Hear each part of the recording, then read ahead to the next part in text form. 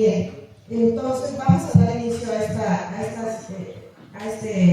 ronda con la intervención de un admirado juez, y sobre todo con un tema que a mí en lo personal pues me ha causado siempre mucho interés.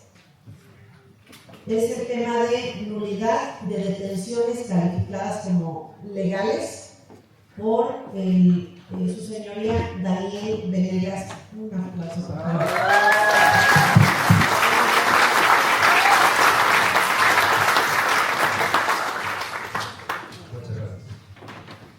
Hola, ¿cómo están? Muy buenas tardes a todos. Primero que nada, gracias por la invitación. Muchas gracias, Rodolfo, Marisol, mi querido amigo Rafael.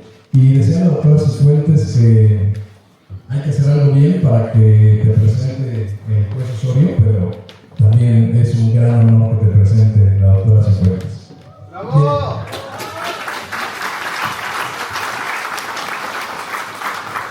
Hemos escuchado en este foro con mucha atención cómo el aparato del Estado se vuelve cada vez más represivo.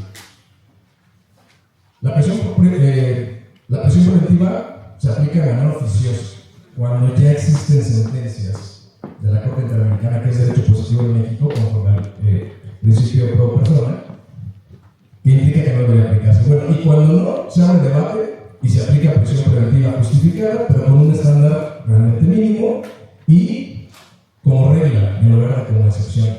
Medidas cautelares sin justificarse riesgos procesales, órdenes de aprehensión sin necesidad de cautela, vinculaciones con un estándar mínimo cuando en realidad el mandato es un estándar razonable, objetivo razonable. Sentencias con señalamiento, como lo dijo Rodolfo. Entonces, viene después la reforma de la ley de amparo que neutraliza un elemento sustantivo que tenemos hasta el momento los ciudadanos para combatir las arbitrariedades de la autoridad. Y entonces debemos buscar mecanismos como abogados convencionalistas, apoyándonos de las convenciones, para neutralizar esos actos arbitrarios de las autoridades del Estado. Entonces, cuando me invitan al foro, consideré prudente la nulidad sobre detenciones ya calificadas como legales. Porque el artículo 7.6 de la Convención Americana de Derechos Humanos establece que cualquier persona privada de su libertad, y ojo, privada de su libertad, y por libertad, la Corte Interamericana en Comerciantes contra Colombia dijo que es cualquier forma de detención, no solamente la detención que se realiza en flagrancia, sino la retención, el encarcelamiento, el arresto, las órdenes de aprehensión, etc. Y entonces el juez debe decidir sobre la legalidad o la arbitrariedad de la detención que se lleva a cabo. Ahora, ¿cuál es el planteamiento aquí? La mayoría, considero, son abogados postulantes. ¿Cuál es la realidad que vive nuestro país? Y no me dejan mentir. Llegan a la agencia del Ministerio Público y de inmediato les permiten hablar con su patrocinado y consultar la carpeta de investigación, o lo mantienen incomunicado hasta que se empieza a armar la carpeta de investigación. Ahora, otro postulado. Les permiten el acceso y ustedes proponen diligencias y las practican con el mismo rigor con que la Fiscalía practica sus diligencias. ¿Y cuántas ocasiones no llegan hasta la audiencia inicial apenas imponiéndose y es hasta ese momento cuando pueden emprender o concebir una estrategia de defensa? Eso es en realidad la igualdad a que alude el párrafo primero del artículo 20 constitucional. A mi consideración no. Entonces, bajo esta premisa, resulta evidente que el juez va a resolver ese control de detención preponderantemente con la información que muchas veces no podemos cerrar los ojos, es fabricada o es armada por parte de la gente del Ministerio Público. Y entonces esa detención o ese auto que recae en la detención, que en realidad es un auto interlocutorio, adquiere firmeza si no es impugnado. Y aquí la pregunta es, ¿se podría combatir nuevamente? A mi consideración, sí. El artículo 97, párrafo primero del Código Nacional establece que cualquier acto emitido con violación a derechos fundamentales debe ser nulo y no admite convalidación ni saneamiento.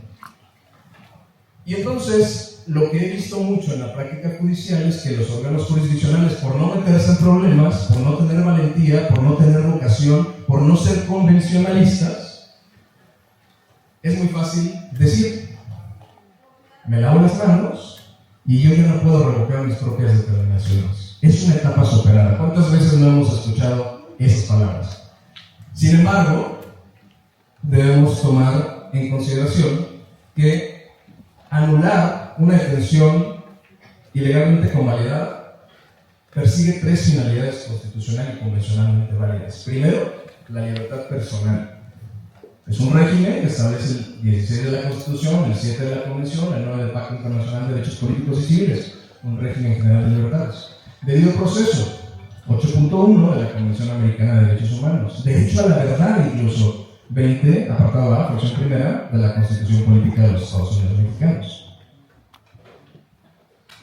Y entonces, en una reflexión para verificar si es viable o no la nulidad sobre una detención ya calificada, acudí a analizar el artículo 485 del Código Nacional de Procedimientos Penales. ¿Y qué es este? El reconocimiento de inocencia. Luego, si el legislador permitió que la parte más importante del proceso penal, que es la sentencia, pueda ser invalidada, pueda ser nulificada por la existencia de nuevos elementos probatorios. No estamos hablando de reexaminar lo que ya se determinó. Estamos hablando de prueba nueva, de prueba que llega, por ejemplo, cuando ya asumieron el cargo en sede judicial y se dan a la tarea de salir a las calles, investigar videograbaciones o investigar pruebas suficientes para establecer que la detención no tuvo nada que ver con lo que llevó la gente del Ministerio Público. Y entonces, haciendo esta analogía con el reconocimiento de inocencia, en mi concepto, sería viable también nulificar un auto interlocutorio como lo es el control de la detención. Y recientemente el amparo en revisión 770 de 2024 de la primera sala de la Corte justamente analizó la procedencia de del reconocimiento de inocencia y estableció en esencia que es un remedio excepcional que no busca revalorizar las pruebas ya conocidas, sino corregir un error judicial a la luz de nuevos elementos probatorios, novedosos y determinantes, para llegar a la verdad, para hacer justicia y para sanear esa información que tenía el órgano jurisdiccional al momento de resolver. Entonces, también la Corte Interamericana de Derechos Humanos, que no debemos dejar de soslayo. Desde 1998, conforme al artículo 62 de la Convención Americana, se aceptó la competencia contenciosa de la Corte.